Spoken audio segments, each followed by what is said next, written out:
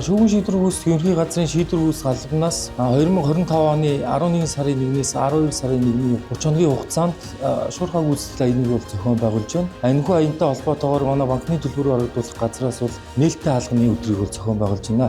Иргэд олон нийтэд одоо эргэцүүн мэдлэгийг олгох, мөн шийдвэр үүсгэх ажиллагааны оролцогч буюу төлбөр төлөгч талуудад тулгамд буй асуудалд одоо шаардлагатай мэдээ зөвлөгөө өгөхөөр ажиллаж байна.